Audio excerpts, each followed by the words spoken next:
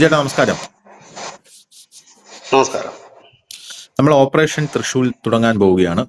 കാരണം വലിയൊരു വ്യോമ സൈനിക നാവിക അഭ്യാസമാണ് ഓപ്പറേഷൻ തൃശൂൽ. എല്ലാവർക്കും അറിയാം, നമ്മൾ പറഞ്ഞതാണ്. അപ്പോൾ ഈ സമയത്ത് പാകിസ്ഥാൻ വെറുതെ ഇരിക്കുമോ എന്നുള്ള ചോദ്യത്തിന് വെറുതെ ഇരിക്കില്ല എന്നുള്ളതാണ് അതിന്റെ ഉത്തരം.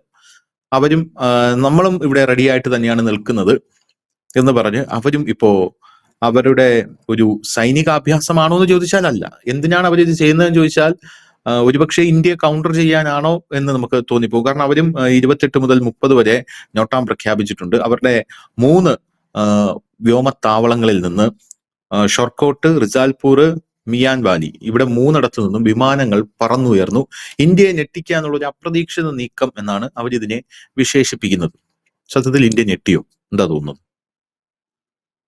ഇന്ന് 10 ദിവസം നീണ്ടു നിൽക്കുന്ന നമ്മുടെ ഓപ്പറേഷൻ തൃശൂർ 20,000-ഓളം സൈനികരും യുദ്ധ ടാങ്കുകളും റഫേലും നമ്മുടെ ഷിപ്പും എല്ലാം പങ്കെടുക്കുന്ന വലിയ ഒരു സൈനിക അഭ്യാസമാണ്. അതിൽ തന്നെ വ്യോമസേനയുടെ മഹാഗുജറാത്ത് എന്ന് പറഞ്ഞിട്ട് ഒരു സംയുക്ത ഒരു വലിയ അഭ്യാസം കൂടി ഇതിനോടൊപ്പം തന്നെയുണ്ട്. മഹാഗുജറാത്ത് എന്ന് പറഞ്ഞിട്ട് അവരുടെ ഒരു വ്യോമാഭ്യാസം കൂടിയുണ്ട്. ഈ ഒരു സാഹചര്യത്തിൽ 28 മുതൽ 30 വരെ ഈ പാകിസ്ഥാൻ ഒരു നോട്ടാം അവിടെ പ്രഖ്യാപിച്ചിരുന്നു. പക്ഷേ നമ്മൾ പ്രതീക്ഷിച്ചിരുന്നത് പാകിസ്ഥാൻ ഈ സമയത്ത് ഇന്റർനാഷണൽ മീഡിയാസ് അടക്കം പറഞ്ഞിരുന്നത് പാകിസ്ഥാൻ ഒരു പരീക്ഷണം മിസൈലുകളോ മറ്റോ വിട്ടുകൊണ്ട് ആ സമയത്ത് അങ്ങനെ ഒരു സംഭവം നടത്താൻ സാധ്യതയുണ്ട് എന്നാണ് നമ്മൾ അങ്ങ് കരുതിയിരുന്നത്. ആ രീതിയിലായിരുന്നെങ്കിൽ അപ്രതീക്ഷിതമായി ഇന്ന് പുലർച്ചെ 3:30 മുതൽ 6 മണി വരെ അവരുടെ ഈ പറയുന്ന ഷോർക്കോട്ടിലും റിസാൽപൂർ, മിയാൻ വാലി എന്ന് പറയുന്ന നമ്മുടെ റാൺ ഓഫ് കച്ചിന്റെ ഓപ്പോസിറ്റ് സൈഡിൽ ഉള്ള, അതായത് നമ്മുടെ ഗുജറാത്ത് ആണല്ലോ നമ്മുടെ ബോർഡർ, ഗുജറാത്ത് റാൺ ഓഫ് കച്ച്, അതിന്റെ ആ അപ്പുറത്ത് ഈ പറയുന്ന സക്രീക്കിന്റെ മറുകരയിൽ പാകിസ്ഥാന്റെ കരയിലുള്ള 3 വ്യോമത്താവളം, അതിനോട് ചേർന്ന് കിടക്കുന്ന 3 വ്യോമത്താവളങ്ങളിലാണ് നിന്നായിട്ടാണ് അവരിന്ന് അവരുടെ ഫൈറ്റർ ജെറ്റുകളും മറ്റുമൊക്കെ അനവധി വട്ടം പറന്നുയരുകയും ലാൻഡ് ചെയ്യുകയും ഒക്കെ ചെയ്തിട്ടുണ്ട്. ഇത് നമ്മൾ പ്രതീക്ഷിച്ചിരുന്നതാണ്. ഇത് നമ്മളെ സംബന്ധിച്ച് അപ്രതീക്ഷിതമല്ല. നമ്മൾ പ്രതീക്ഷിച്ചിരുന്നത്, കാരണം ഈ ഒരു സാഹചര്യത്തിൽ ഒരുപക്ഷെ അവർ പുതിയ ഏതെങ്കിലും ഒരു മിസൈൽ പരീക്ഷണമോ മറ്റോ നടത്തും. കാരണം ഇന്ത്യ ഇത്രയും വലിയ സന്നാഹത്തോടുകൂടി ഈ സക്രീക്ക് മേഖലയിൽ അടക്കം വലിയ സന്നാഹത്തോടു കൂടി ഒരു അഭ്യാസം നടത്തുമ്പോൾ സ്വാഭാവികമായി തന്നെ പാകിസ്ഥാൻ അവരുടെ ജനങ്ങൾക്ക് ഒരു ഫീൽ കൊടുക്കേണ്ടതായിട്ടുണ്ട്, ഒരു സെക്യൂരിറ്റി ഫീൽ അവർക്ക് നൽകേണ്ടതായിട്ടുണ്ട്. ഈ ഒരു സാഹചര്യത്തിലാണ് ഇതിനെ നമ്മൾ നോക്കിക്കാണുന്നത്. പക്ഷെ ഇവിടെ അത് അങ്ങനെ പറയാൻ നമുക്ക് കഴിയില്ല. കാരണം പാകിസ്ഥാൻ ഇന്നലെയും ഇന്നുമായി അവരുടെ 2 പ്രസ്താവനകൾ വന്നിരിക്കുന്നു. അവരൊരു തുറന്ന യുദ്ധത്തിലേക്ക് പോവുകയാണ്. അവർ പറയുന്ന അഫ്ഗാനെ തീർക്കാൻ ഞങ്ങളുടെ സൈന്യം ഇറങ്ങേണ്ട ആവശ്യമില്ല പൂർണ്ണമായിട്ട് തന്നെ, അല്ലാതെ തന്നെ അഫ്ഗാൻ തീരും, ഇല്ല അഫ്ഗാനെ തീർക്കും എന്നാണ് അവർ പറഞ്ഞിരിക്കുന്നത്. ഇവിടെ ഒരു വലിയ സംഭവവികാസം നടക്കുന്നു. അതിലേക്ക് ഇന്ത്യ ഇവർ വലിച്ചിഴക്കുന്നു എന്നുള്ളതാണ് ഇതിൽ നിർണായകമായി. ഇസ്താംബൂളിൽ വെച്ചിട്ട് നടന്ന ചർച്ചയിൽ അത് പൊളിയാനുണ്ടായ പ്രധാനപ്പെട്ട കാരണം അഫ്ഗാനിസ്ഥാൻ ആവശ്യപ്പെട്ട നിങ്ങൾ US ഡ്രോണുകൾ ഉപയോഗിക്കുന്നു ഞങ്ങളെ നിരീക്ഷിക്കാനും ആക്രമിക്കാനും, അത് അനുവദിക്കാൻ കഴിയില്ല എന്ന് പറഞ്ഞപ്പോൾ പാകിസ്ഥാൻ അതിനെക്കുറിച്ച് ഒന്നും തന്നെ സംസാരിക്കാൻ തയ്യാറായില്ല. അപ്പോൾ പാകിസ്ഥാൻ US ഡ്രോണുകൾ ഉപയോഗിച്ചുകൊണ്ട് അവരെ അറ്റാക്ക് ചെയ്യുന്നു. അപ്പോൾ ഇവര് ഇപ്പോൾ കാണിക്കുന്ന ഈ ധാർഷ്ട്യത്തിന് പിന്നിൽ ഇന്ത്യയാണ്, കാബൂളിന് വേണ്ട സാമ്പത്തിക സഹായവും മറ്റും നൽകി പിന്നിൽ നിൽക്കുന്നത് ഇന്ത്യയാണ് എന്ന് നിരന്തരം പാകിസ്ഥാൻ ആരോപിക്കുന്നത് ഈ അഫ്ഗാൻ പാകിസ്ഥാൻ സംഘർഷം, ഞാൻ എപ്പോഴും പറയാറുണ്ട്, മുൻപും നമ്മുടെ ചർച്ചകളിൽ പറയുന്ന ഒരു കാര്യമുണ്ട്, അഫ്ഗാൻ പാകിസ്ഥാൻ സംഘർഷം ഇന്ത്യ പാകിസ്ഥാൻ സംഘർഷം പോലെയല്ല.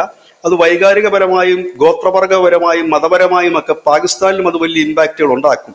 ഈ നമ്മളുമായിട്ട് അടിക്കുമ്പോൾ അവർക്ക് കാഫറുകളും പിന്നെ ഇസ്ലാമും ഇല്ലെങ്കിൽ മുസ്ലിമും എന്നുള്ള ഒരു ആംഗിളിൽ അവർക്ക് സെറ്റ് ചെയ്യാൻ പറ്റും. പക്ഷെ ഈ അഫ്ഗാനുമായി അടിക്കുമ്പോൾ അവർക്ക് ആ ആംഗിൾ കിട്ടില്ല. പകരം നമ്മുടെ ആളുകളെ തന്നെ കൊല്ലുന്നു എന്നൊരു വലിയ വികാരം, പ്രത്യേകിച്ച് ഈ പാഠശാലകൾ മദ്രസകളൊക്കെ അനവധിയുള്ള പാകിസ്ഥാനിൽ ആ വികാരം ഉയരുക തന്നെ ചെയ്യും, യാതൊരു സംശയവുമില്ല. പ്രത്യേകിച്ച് ഈ താലിബാന്റെ ഒക്കെ പിന്തുണയോടുകൂടി പ്രവർത്തിക്കുന്ന തെഹ്രീക്കെ താലിബാനും TLP അടക്കമുള്ള അനവധി സംഘടനകൾ പാകിസ്ഥാനിൽ തന്നെയുണ്ട്. അനവധി മദ്രസ കേന്ദ്രങ്ങളുണ്ട്. നമുക്കറിയാം ഈ അഫ്ഗാന്റെ മന്ത്രിമാർ, മുത്തക്കി അടക്കമുള്ള മന്ത്രിമാർക്കൊക്കെ അവരുടെ പഠനം നടത്തിയത് ഈ പറയുന്ന പാകിസ്ഥാനിലെ മദ്രസകളിലാണ്. ദിയോബന്ദ് പോലെയുള്ള മദ്രസകളുമായി ലിങ്ക്ഡ് ആയിട്ടുള്ള മദ്രസകളാണ്. അപ്പൊ ആ മദ്രസകളാണ് കുറച്ചു നാൾക്ക് മുമ്പ് പാകിസ്ഥാൻ വലിയ ആക്രമണം നടത്തി തകർത്തിട്ട് അവിടുത്തെ പ്രധാന അധ്യാപകനെ കൊലപ്പെടുത്തുകയും പറ്റിച്ചു. അതിന്റെ പ്രത്യാഘാതമായിട്ട് തിരിച്ചടിയായിട്ടാണ് അഫ്ഗാനിസ്ഥാൻ പാകിസ്ഥാന്റെ ബോർഡർ കയറി അറ്റാക്ക് ചെയ്തത്. പിന്നെ അതിന്റെ പ്രത്യാക്രമണമായിരുന്നു പാകിസ്ഥാൻ അഫ്ഗാനിസ്ഥാനെ കൊണ്ട് മിസൈൽ ഇട്ടു എന്ന് പറയുന്നത്. അപ്പം ഇങ്ങനെയുള്ള സംഘർഷങ്ങൾ ഇതിനെ ചൊല്ലി ഒരു മദ്രസ തകർത്തതുമായി ബന്ധപ്പെട്ടുള്ള സംഘർഷമായിരുന്നു അന്ന് നടന്നതെങ്കിൽ, അപ്പൊ ഇങ്ങനെ ഒരു വൈകാരിക തലം കൂടി പാകിസ്ഥാനിൽ. അപ്പൊ ഈ അവസരത്തിൽ ഈ പാകിസ്ഥാൻ അഫ്ഗാനിസ്ഥാൻ സംഘർഷത്തിൽ പാകിസ്ഥാനികൾക്ക് വലിയ വീറും വാശിയൊന്നുമില്ല. കാരണം നമ്മുടെ ആളുകളെ തന്നെ നമ്മൾ അടിക്കുന്നു എന്നൊരു വികാരമാണ് അവിടെ പൊതുവേ ഉള്ളത്. അതിനകത്ത് അവർക്ക് ഒരു ഇതില്ല. അത് തന്നെയുമല്ല, ഈ താലിബാൻ ഇതൊരു ഭീകരാക്രമണം എന്നുള്ള ഒരു മെത്തേഡിലാണ് അവരിതിനെ കാണുന്നത്, ഒരു യുദ്ധം എന്നുള്ള രീതിയിലല്ല. ഭീകര സംഘടന, തെഹ്രീക്കെ താലിബാനും ഒക്കെ ഉള്ള ഒരു ഭീകര സംഘടനകളുമായിട്ട് നടത്തുന്നത്. കാരണം ഇപ്പോൾ നടത്തിക്കൊണ്ടിരിക്കുന്നതിന് കുറച്ചുകൂടെ ഒരു ലാർജ് സ്കെയിലുള്ള ഒരു സംഭവമായിട്ടാണ് അവർ കാണുന്നത്. അതിനകത്തൊരു യുദ്ധം എന്നൊക്കെ രീതിയിൽ അവർ ഫീലില്ല. പക്ഷെ ആ ഫീല് വേണമല്ലോ. ആ ഫീല് വേണമെങ്കിൽ എന്ത് ചെയ്യണം? ഇന്ത്യയുമായിട്ട് ഏറ്റുമുട്ടേണ്ടി വരും. അതിനാണ് ഇന്ത്യയെ അടിക്കടി വലിച്ചഴക്കുന്നത്. നാഴിക്ക് 40 വട്ടം. അതായത് ഒരു 100 വാക്ക് പറഞ്ഞാൽ അതിൽ 80 വാക്ക് അഫ്ഗാനിസ്ഥാനെ കുറിച്ചും 20 വാക്ക് ഇന്ത്യയുടെ പേരുമാണ് പറയുന്നത്. അങ്ങനെയാണ് ഇപ്പോൾ പാകിസ്ഥാൻ നിരന്തരം ചെയ്തുകൊണ്ടിരിക്കുന്നത്.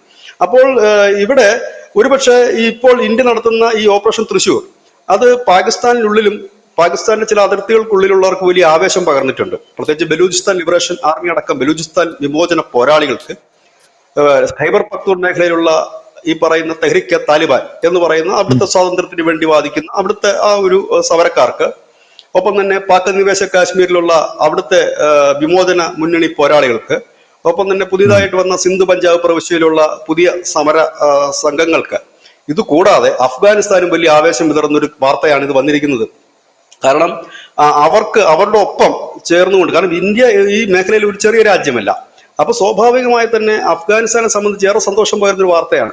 അപ്പോൾ അവർക്കെല്ലാം വലിയ ഉത്തേജനം നൽകിയത് നമ്മൾ ഇന്നലെ ഒരു വലിയ ചർച്ച ഈ പ്ലാറ്റ്ഫോമിൽ നമ്മൾ നടത്തിയിരുന്നു. അത് പിന്നെ പാക് അധിനിവേശ കാശ്മീരിലെ തെഹ്രീക്കെ താലിബാന്റെയും ഒപ്പം തന്നെ ഈ പറയുന്ന ബലൂചിസ്ഥാന്റെയും ഒക്കെ അവിടെ ആഭ്യന്തര കലാപത്തിന് അവർ ഒരുങ്ങുന്നു എന്നുള്ളത്. അതെല്ലാം കൂടെ ചേർത്ത് വായിക്കുമ്പോൾ പാകിസ്ഥാനെ സംബന്ധിച്ച് അവരുടെ ടാർഗറ്റഡ് എനിമി, അതായത് അവരുടെ ആളുകളുടെ മനസ്സിലേക്ക് വലിയ ശത്രുതാ മനോഭാവം കുത്തിവെക്കണമെങ്കിൽ ഇന്ത്യ എന്ന് പറയുന്ന ഒരു രാജ്യം അവർക്ക് വേണം. കാഫറുകൾ ഒരു സൈഡിൽ വേണം. എന്നാൽ മാത്രമേ ഈ യുദ്ധത്തിനിടയിൽ മതം കൂടി തിരികെ കയറ്റാൻ പറ്റത്തുള്ളൂ. മതം കൂടി തിരികെ കയറ്റിയാൽ മാത്രമേ പാക് ജനത അവിടുത്തെ ഭരണകൂടങ്ങളെ സപ്പോർട്ട് ചെയ്യുകയുള്ളൂ. അതല്ലാതെ അഫ്ഗാനിസ്ഥാനെ അടിച്ച പാക് ജനത ഒരിക്കലും സപ്പോർട്ട് ചെയ്യില്ല. അവർ തിരിഞ്ഞു നിൽക്കും.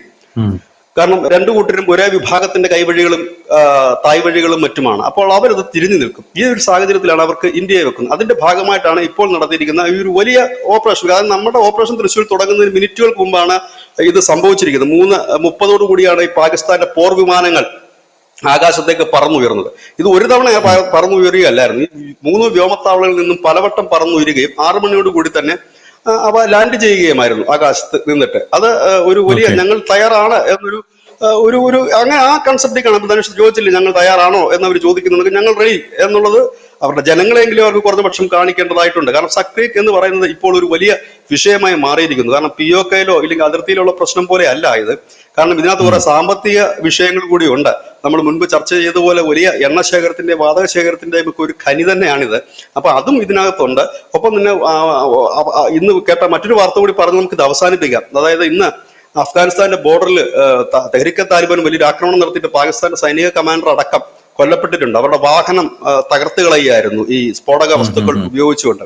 അതും ഒരു വലിയ വാർത്തയാണ്. അപ്പോൾ ഏതായാലും പാകിസ്ഥാൻ അഫ്ഗാനിസ്ഥാൻ യുദ്ധം പാകിസ്ഥാൻ തന്നെ സ്ഥിരീകരിക്കുന്നുണ്ട് അത് ഏത് നിമിഷം ഉണ്ടാകാമെന്നുള്ളത്. ഇപ്പോൾ തന്നെ നടന്നു വരുന്നതും അത്തരത്തിലുള്ള ഏറ്റുമുട്ടൽ തന്നെയാണ്. അതൊരു വലിയ ലാർജ് സ്കെയിലിലേക്ക് മാറിയിട്ടില്ലെന്നേ ഉള്ളൂ. സ്മോൾ സ്കെയിലായിട്ട് അവിടെ ഇപ്പോൾ യുദ്ധം തുടങ്ങിയിട്ടുണ്ട് ഓൾറെഡി തന്നെ. അപ്പം ഈ ഒരു സാഹചര്യത്തിൽ കൂടിയാണ് ഇപ്പോൾ നമ്മൾ ഇതിനെ കാണേണ്ടത്. ഏതായാലും ഇതിന്റെ കൂടുതൽ അപ്ഡേഷൻസ് വരുന്ന മുറയ്ക്ക് പ്രേക്ഷകരുമായി പങ്കുവെക്കാം എന്ന് കൂടി കരുതുന്നു. ഒപ്പം തന്നെ ഓപ്പറേഷൻ തൃശ്ശൂർ നമ്മുടെ രാജ്യത്ത് നടക്കുന്ന ഏറ്റവും വലിയ ഒരു സംയുക്ത സൈനിക അഭ്യാസമാണ്. അതിന്റെ ശരിക്കും ഓരോ ഇന്ത്യക്കാരനും അഭിമാനം തുളുമ്പുന്ന ഒരു സംയുക്ത സൈനിക ഒരു അഭ്യാസം തന്നെയാണ്. കാരണം ഈ നാളിതുവരെ ഒന്നും നമ്മൾ കണ്ടിട്ടില്ലാത്ത തരത്തിലാണ് 3 സംയുക്ത സേനകൾ സംയുക്തമായി തന്നെ നടത്തുന്ന ഒരു വലിയ ഒരു സൈനിക അഭ്യാസം. ഇത് ഏറ്റവും കൂടുതൽ കോൺസെൻട്രേറ്റ് ചെയ്യുന്ന ഈ സക്രീഖും ഗുജറാത്തും ചേർന്നിട്ടുള്ളതാണ്. കടലിടുക്ക് ഇതിന്റെ ഭാഗമായി തന്നെ വരുന്നുണ്ട് എന്നുള്ളത് തന്നെയാണ്. ഏതായാലും 10 ദിവസമാണ് നമ്മുടെ ഈ സംയുക്ത സൈനിക അഭ്യാസം നടക്കുന്നത്. ഏതായാലും ഇതിന്റെ മറ്റ് അപ്ഡേഷൻസ് ഇനി പാകിസ്ഥാൻ എത്തരത്തിൽ ആണ് ഇനി അവരുടെ ഒരു പ്രതികരണം എന്നൊക്കെ ഉള്ളത് അറിയാനായിട്ട് ഞങ്ങളുടെ അപ്പോഴപ്പോഴുള്ള വാർത്തകൾ അറിയാനായിട്ട് ഞങ്ങളുടെ ന്യൂസ് ഇന്ത്യ മലയാളം എന്ന് പറയുന്ന അപ്ഡേറ്റ് ചെയ്യുന്ന ആ വാർത്താ ചാനലിലൂടെ പ്രിയപ്പെട്ട പ്രേക്ഷകർ ഫോളോ ചെയ്യണം എന്നാണ് പറയാനുള്ളത്.